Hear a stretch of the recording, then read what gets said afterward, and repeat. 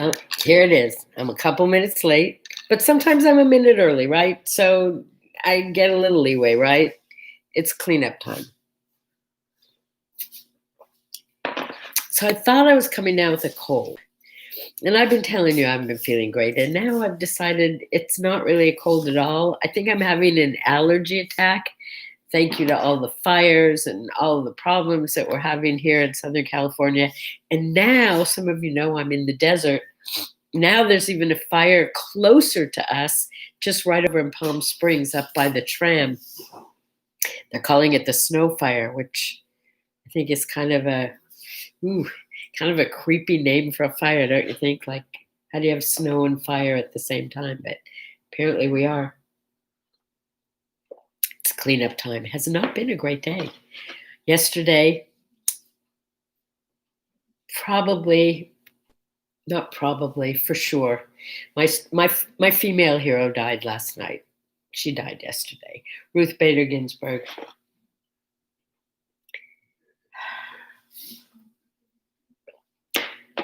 Wow.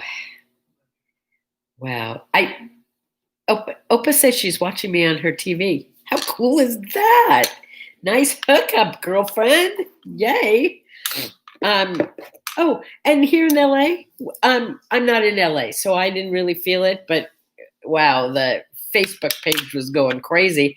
Big earthquake in Rosemead. Earthquake, death, floods, fires, devastation all the way around. And a friend of mine just got back from Europe and said it was humiliating being an American. We were the laughingstock. People can't understand what's going on over here. People! I know, I'm preaching to the choir. You guys get it. I was thinking this morning about that old saying that nothing brings people closer together than hating the same people. How about nothing brings people closer together than loving the same people? Because I noticed a lot of that on Facebook, particularly when it was announced that Ruth Bader Ginsburg died. RBG was an amazing woman. When I heard the news, I started crying. And then I started reading all of the Facebook posts, and I wasn't alone. It was like, no, please, no more. And today is the first day of the Jewish New Year. It's cleanup time. That's why I have this mug. I think I mentioned yesterday that between the Jewish New Year and the Day of Atonement, Yom Kippur, which is 10 days from now, it's cleanup time. It's cleanup time. And cleanup time means you have 10 days to kind of recreate yourself and clean up every transgression with another human being. Anyone you hurt, anyone you didn't listen to when they needed someone to listen, anyone that you offended, anyone that you lied to, anyone that you ignored, anyone that you didn't care enough about, anyone that you hurt. 10 days for cleanup. That's pretty good.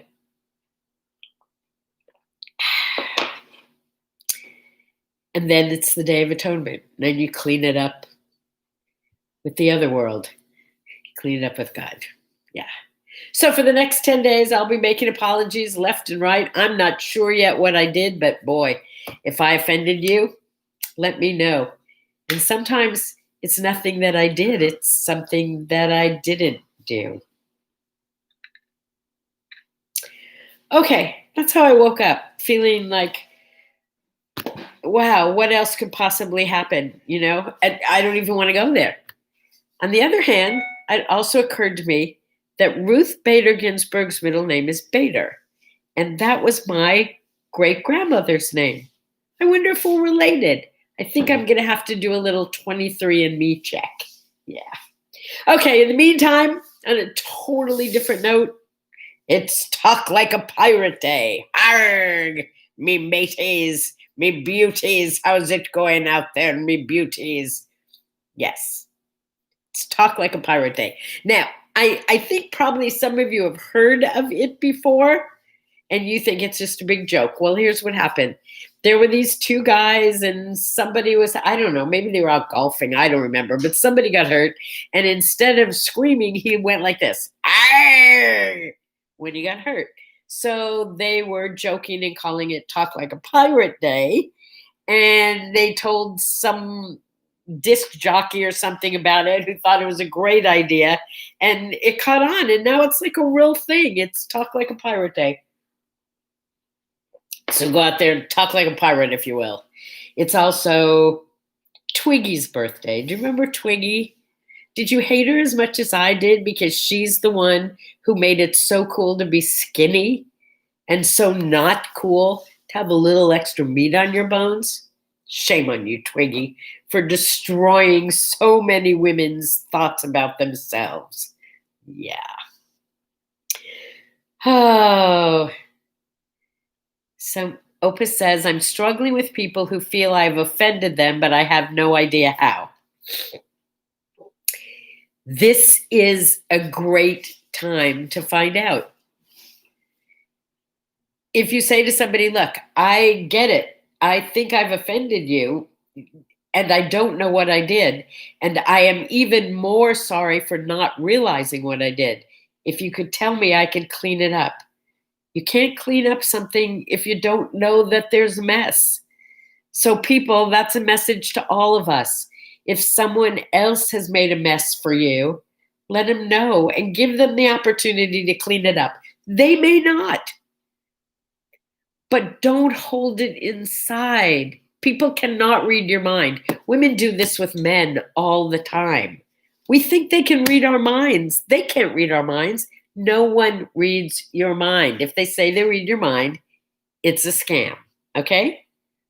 So rather than having to go through the misery of thinking someone doesn't care, why not just find out? Just put it out there. Hey, this is what happened. This is how I felt about it. It's in their court. But you don't have to wonder. Wouldn't you rather know? Yeah, I would. Hey, in 1960 today, do you know what happened? The Twist hit #1. Let's twist again, like we did last summer. Ooh, let's twist again. Twisting time is here. How could you not love Chubby Checkers? Yeah, I like the peppermint twist too. I remember I was in junior high for Chubby Checker, and I used to go to these dances, and back in those days, maybe it's because it was the twist and it like didn't take any brain work to remember steps, but I used to win twist contests. I used to be able to go up and down and round and round, but then I could do a hula hoop back then too, and I can't do that anymore either. It'd be a miracle if I could. Okay, and on a serious note, today is the anniversary of the first country that granted women the vote. Anybody out there have a guess as to who that was? Who was the first country that granted women the vote? Dun dun dun dun dun dun dun dun dun dun dun dun. No, that wasn't a hint about the country. I was being a game show host. First country to give women the vote. I hate to say to give women the vote. It should have been ours all along, right? Yeah. We just got what was rightfully ours. Okay, oddly enough, I'm going to give you the answer. Oddly enough, it was New Zealand. How about that?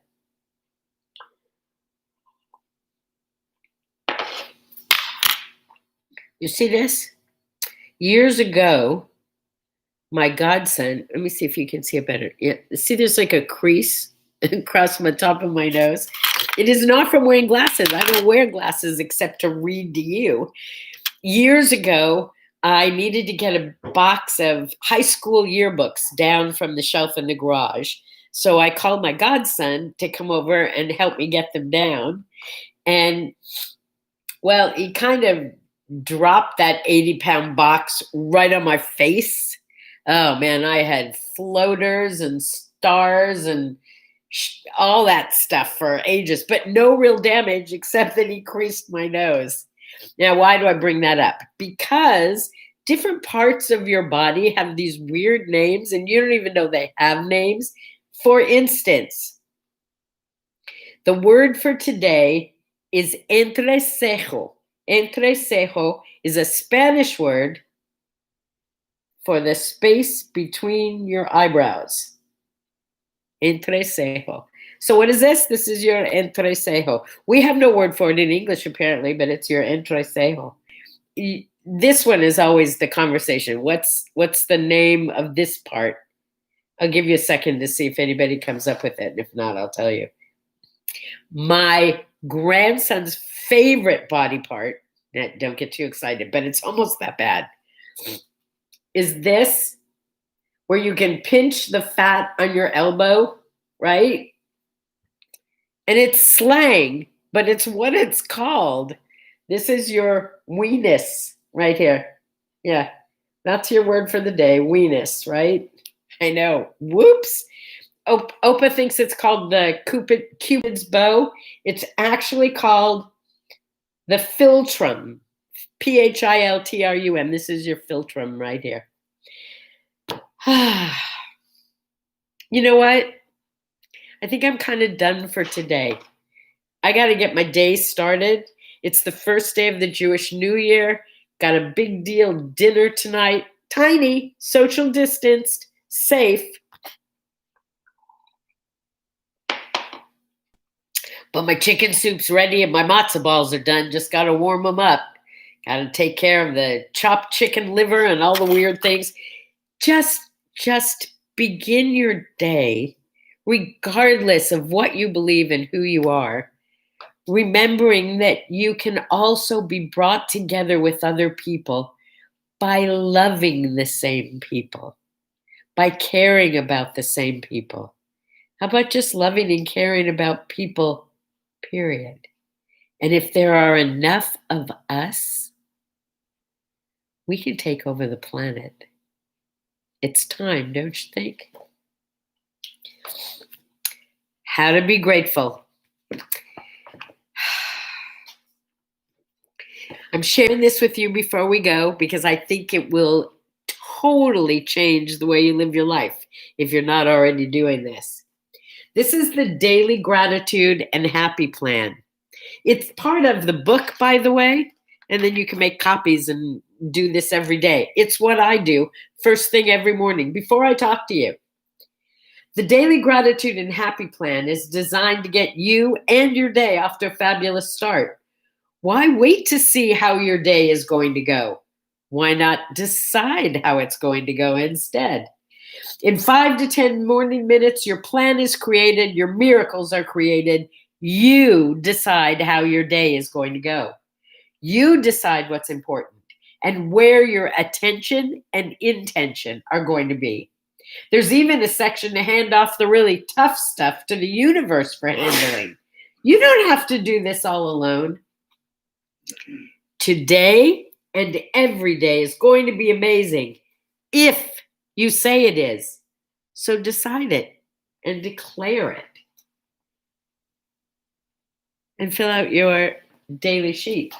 It's what I do. I decide in advance what kind of day I'm going to have. And then I live into the miracles that I create. Go out there and make a difference today, will you please? Go out there and have a wonderful Saturday, but be safe. Wear your mask. Social distance. You be safe and keep the people around you safe.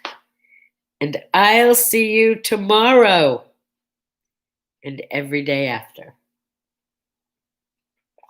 Good morning, my friends.